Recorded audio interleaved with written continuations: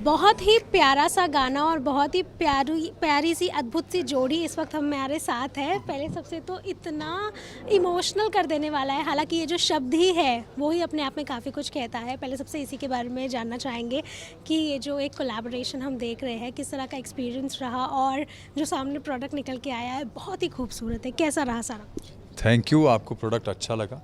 I am glad because हमारा यही मकसद भी था कि जब हम गाना बनाएं और वो भी ऐसा गाना जो माँ को डेडिकेटेड हो, तो उसमें जो इमोशंस हम पोर्ट्रे करें वो रियल लगने चाहिए।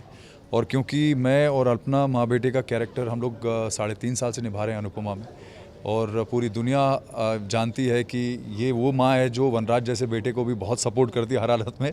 तो मैंने कहा इससे बढ़िया और क्या चीज़ हो सकती है, कॉम्बिनेशन क्या हो सकता है कि अल्पना ही मेरी मदर का रोल प्ले करें, और इसीलिए डिसीजन लिया गया और उसका रिज़ल्ट आपने देखा ही अभी सामने।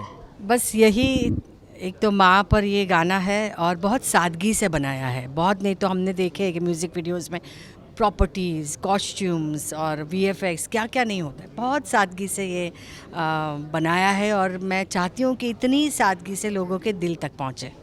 ऐसे में जो माँ शब्द होता है हर एक का बहुत ही अलग बॉन्ड होता है। हर एक के लिए अपनी माँ सबसे फेवरेट होती है, दूसरे की वो कोई बुराई नहीं करता, लेकिन अपनी वाली तो फेवरेट होती है। लेकिन इसके बारे में आपसे जानना चाहूँगी, क्योंकि चाहे बच्चा कितना भी बड़ा हो जाए अपने बच्चे माँ के लिए बच्चा ही होता है। आपकी किस तरह की बॉन्ड रही है आपके मॉम के साथ, और ये जो शूट भी किया आपने कितना रिकलेक्ट हो रहा था सारा कुछ आपका बॉन्ड, और कितना इनपुट भी रहा उसका? देखिए, माँ ऐसी होती है ना कि कम से कम मेरी माँ तो ऐसी है कि वो आज भी उनको लगता है कि मैं वही निक्कर पहन के घूमने वाला बच्चा हूँ। वो वैसे ही मुझसे बात भी करती हैं, वैसे ही लाड़ प्यार करती हैं। और कभी मैं बोल दूँ कि माँ मैं अब इतनी मेरी ये उम्र हो गई है, नहीं नहीं ऐसे नहीं बोलते हैं, ऐसे नहीं बोलते हैं, अभी तू छोटा है बहुत। तो वो एक माँ जो होती है उसके दिल में उसका बच्चा हमेशा ही बच्चा रहता है, और वो यही चाहती भी हैं कि वो बच्चे की तरह ही रहे, बच्चे की तरह बिहेव करे, बच्चे की तरह ही बात करे। तो ये एक ऐसी चीज़ है जो सिर्फ आपको अपनी माँ से मिल सकती है और कहीं से नहीं मिल सकती। और वो प्यार, वो अनकंडीशनल इनफाइनाइट लव जो है वो सिर्फ एक अपनी माँ से ही आपको मिल सकता है। और वो बॉन्ड जो है दुनिया में कोई भी ताकत मेरे ख्याल से वो हिला नहीं सकती, बिकॉज़ वो एक ऐसा बॉन्ड है जिससे हम जीवंत हुए हैं, जिससे हमें जीवन मिला है। तो वो बॉन्ड तो कोई नहीं ला सकता। डांट मिलती है अभी भी? अब वो डांटती नहीं है, तो थोड़ा हंसी खेल ज़्यादा करती हैं, डांटती उतना नहीं है। बट बचपन में पड़ी है डांट, बहुत पड़ी है। नहीं पड़ती तो शायद हम इतने तहज़ीब वाले नहीं होते लेकिन बचपन में डांट बहुत पड़ी है, कभी कभी मार भी पड़ जाती थी, जो आजकल के बच्चों को नहीं पड़ती है। तो आजकल के बच्चे थोड़े अलग हो गए, बट हमारे टाइम में तो डेफिनेटली मार पड़ जाती थी, थप्पड़ पड़ जाता था जब हम लोग गलती करते थे। और मेरे ख्याल से वो थप्पड़ ही हम लोगों को आज ऐसा इंसान बनाता है जैसे हम हैं। अल्पना जी क्या कहना चाहेंगी इस पे? साथ ही क्योंकि माँ होने में अपने आप में और इस तरह से पोर्ट्रे करने में भी काफ़ी इनपुट भी रहता है उस तरह से, क्योंकि मारने का, डांटने का, वो सारा एक मेरे लिए बहुत ही इजी था, क्योंकि मैं खुद एक माँ हूँ, मुझे माँ है, और 3-3.5 साल से इसकी माँ अनुपमा मैं हूँ। तो सब कुछ एकदम नेचुरली हुआ है, वेरी ऑर्गेनिक पूरी प्रोसेस थी।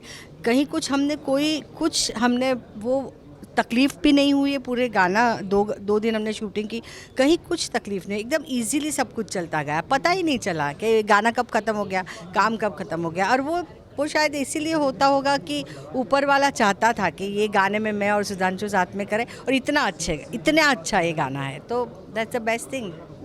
बीइंग अ माँ किस तरह से आप डांटती फटकारती हैं अपने बच्चे को? मैं स्ट्रिक्ट मदर हूँ, यस मैं स्ट्रिक्ट मदर हूँ।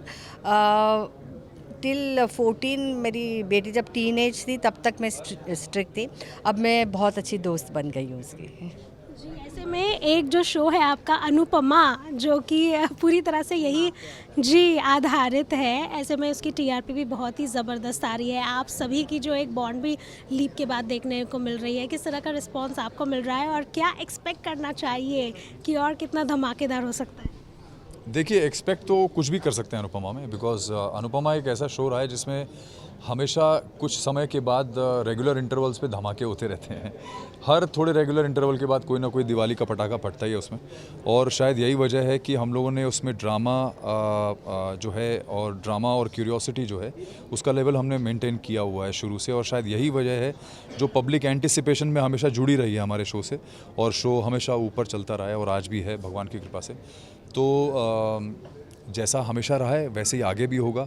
तो ड्रामा तो एक्सपेक्ट आप लोग डेफिनेटली करते रहिए, क्योंकि ड्रामे के बगैर अनुपमा नहीं हो सकता, बिकॉज वो तो उसका आधार है।